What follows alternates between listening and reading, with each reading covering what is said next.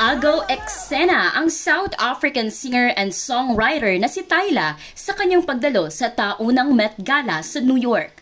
Kung Make Me Water ang trend song ni Tyla, napa-Make Me Lose My Breath naman ang mga paparazzi sa paglabas ng singer suot ang dress na inspired sa buhangin. Dahil delicate at fragile ang gown, kinailangan siyang buhati ng dalawang tao habang ang iba naman tumulong na buhatin ang mahabang cascading train. Ang one-of-a-kind gown ay gawa ng Balmain creative director na si Oliver Lustig.